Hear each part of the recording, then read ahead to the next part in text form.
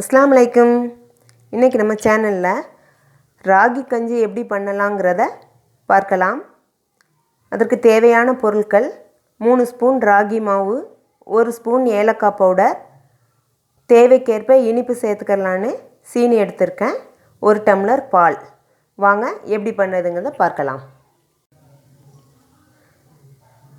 எடுத்த ராகி பவுடரில் 1 டம்ளர், ஒரு சின்ன கப்புக்கு 1 கப் தண்ணி ஊற்றிருக்கேன். கட்டி இல்லாமல் கரைச்சி எடுத்துக்கலாம். கட்டி இல்லாமல் ஒரு ஸ்பூனை வச்சு கரைச்சாச்சு. கரைச்சதை வடிகட்டிக்கிறலாம். ஒரு வடிகட்டி வச்சு வடிகட்டி எடுத்துடலாம்.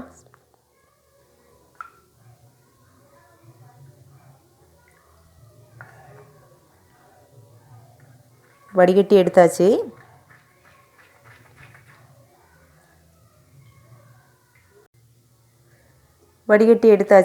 வடிகட்டினதும் மாவில் உள்ள கொஞ்சம் துகள்லாம் அப்படியே அந்த வடிகட்டியில் இருக்குது.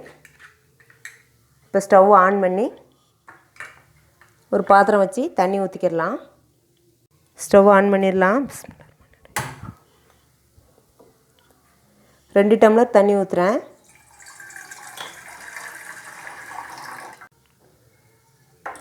தண்ணியில் கொதி வந்துருச்சு. ஸ்டவ்வை மீடியம் ஃப்ளேமில் வச்சுட்டு கரைச்சி வச்ச ராகி மாவை இந்த தண்ணியோடு சேர்த்துடலாம். சேர்த்ததும் கைவிடாமல் கலக்கிக்கிட்டு இருக்கணும். கொஞ்சம் திக்காயிருச்சு. ஒரு பிஞ்சு உப்பு சேர்த்துக்கிறலாம்.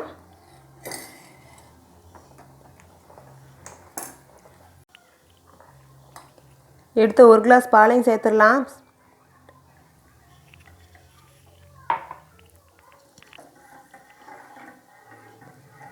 ஏலக்காய் பவுடர்,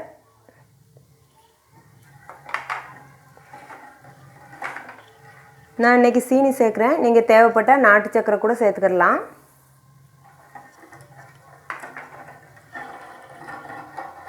இந்த ராகி கஞ்சை வெயிட் லாஸ் பண்ணுறவங்களும் டயபெட்டிஸ் உள்ளவங்களும் பால் சேர்க்காமல் இனிப்பு சுவை எதுவும் இல்லாமல் உப்பு சேர்த்து இந்த கஞ்சி சாப்பிடலாம். நல்லா கொதிச்சிருச்சு. ஸ்டவ் ஆஃப் பண்ணிவிட்டு ஒரு டம்ளருக்கு ட்ரான்ஸ்ஃபர் பண்ணிடலாம். டம்ளருக்கு ட்ரான்ஸ்ஃபர் பண்ணியாச்சு. நான் எடுத்த இந்த அளவு கரெக்டாக 3 டம்ளருக்கு இருந்துச்சு. இப்போ நட்ஸ் தேவைன்னா நட்ஸ் தூவிக்கிடலாம். அப்படி தேவையில்லைன்னா ஸ்கிப் பண்ணிக்கிறேங்க. நான் இன்றைக்கி நட்ஸ் தூவிக்கிறேன்.